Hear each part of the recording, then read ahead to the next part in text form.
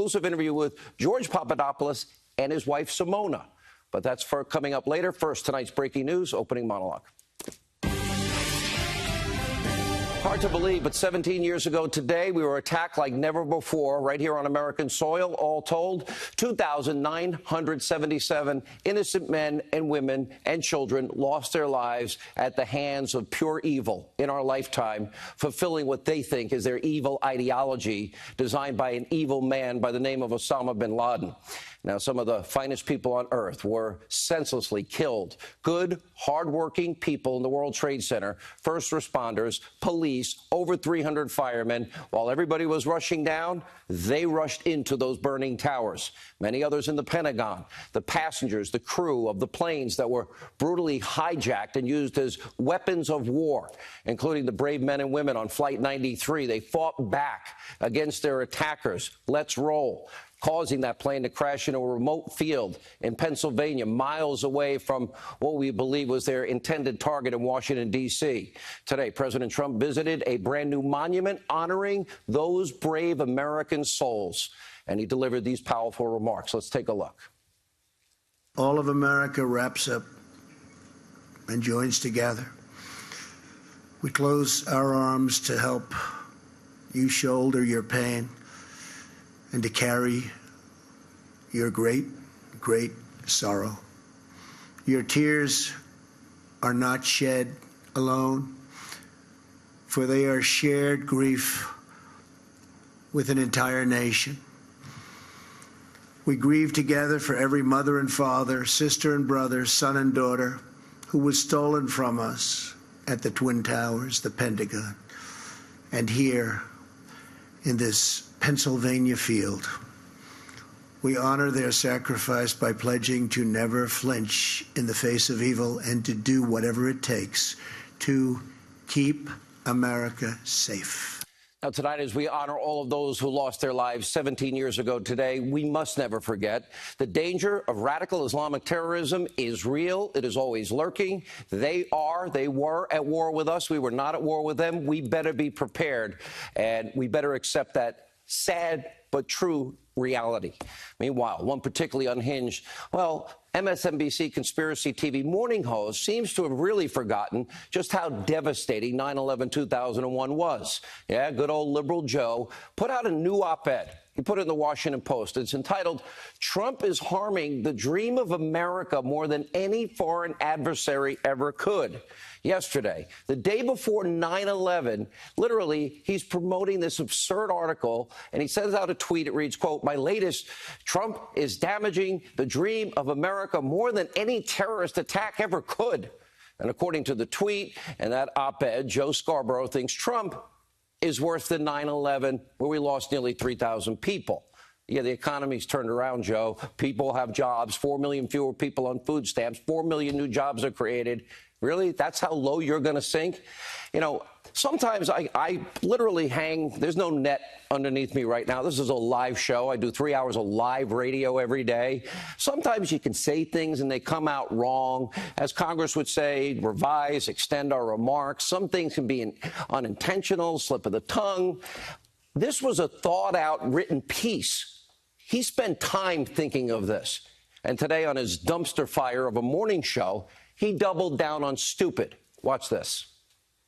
If you strip America of its ideas, forget about knocking down buildings in the financial district, forget about running planes into the Pentagon.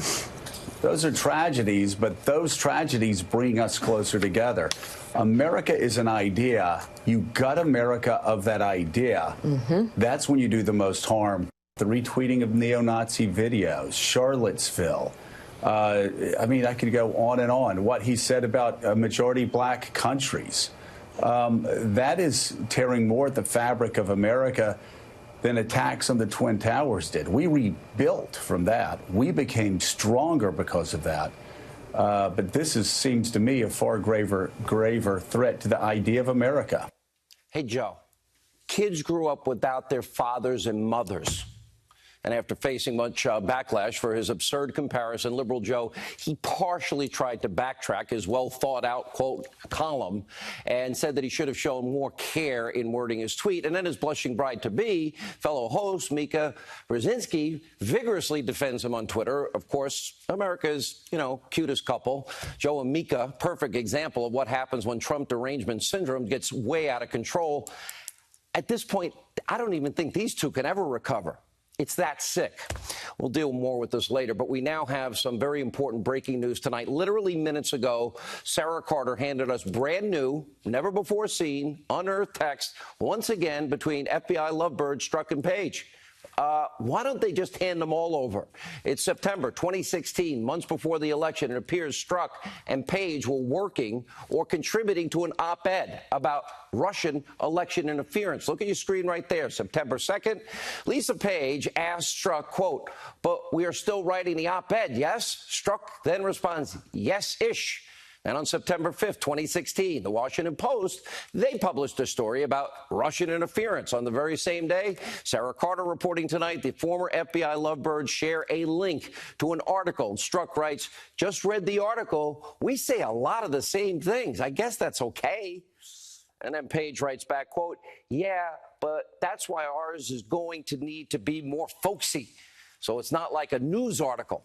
Maybe they talk, maybe like more smelly Walmart people-ish. Strzok had said that. Add these new texts to what was released yesterday from Congressman Mark Meadows in North Carolina. You have a pretty clear picture of what's going on, including this text from Strzok to Page. It took place on April 10, 2017, reading, quote, "I had literally just gone to find this phone to tell you what I want to talk to you about, media leak strategy with the DOJ before you go." Oh, FBI and DOJ colluding. And then 2 days later, on April the 12th, Strzok warned Lisa Page that 2 damning articles were coming out about her namesake, Carter Page. And then on April 22nd, we originally believed this was on April the 12th. Meadows' office corrected that earlier today. Same point, though. Peter Strzok tells Lisa Page, quote, "Articles out. Well done, Page." This is what we've now been telling you. What is a coordinated effort, the highest levels of the FBI and the DOJ leaking anti-Trump information before the election, after the election, to the press, first to stop him from becoming president, then to destroy his presidency. But sneaky Peter Strzok, he's now trying to actually put out his own conniving spin on this fresh new scandal. His attorney says the term media leak strategy in Mr. Strzok's text refers to a department-wide initiative to detect and stop leaks to the media. The president and his enablers are once again peddling unfounded conspiracy theories to mislead the American people. Oh, but our words sound exactly alike. We're going to have to make it more folksy. Don't insult our intelligence. This is the same Peter Strzok who claimed under oath that political bias didn't impact his work as an FBI agent, but Hillary should win $100 million to nothing. Now, the same super patriot who played a critical role in exonerating Hillary Clinton, we know she committed felonies and fomenting this witch hunt from the get-go against Donald Trump while trashing Trump on his work phone, openly wishing Hillary would win the election. How could anyone vote for Trump? I just was in a Walmart. Smelly Walmart people were there. I could smell the Trump supporters. And earlier today, the president responded on Twitter, quote, "So terrible, nothing being done at the DOJ or FBI, but the world is watching, and they get it completely." We did reach out to Strzok, Page, and the DOJ. We've yet to get a response. We'll have more on these breaking news developments. Sarah and Greg will join us in a few minutes, but we shift our focus to what is the most important midterm election of your life. Now, I'm going to say this for the next 56 days. Last night, I called on you to wake up, pay attention. Republicans, to be very blunt, because I only tell you the truth, they're in real danger of losing the House of Representatives. And the Senate, I'm not that comfortable about that either. Look at your screen. If that is your district, you will likely decide the fate of this country in 56 days.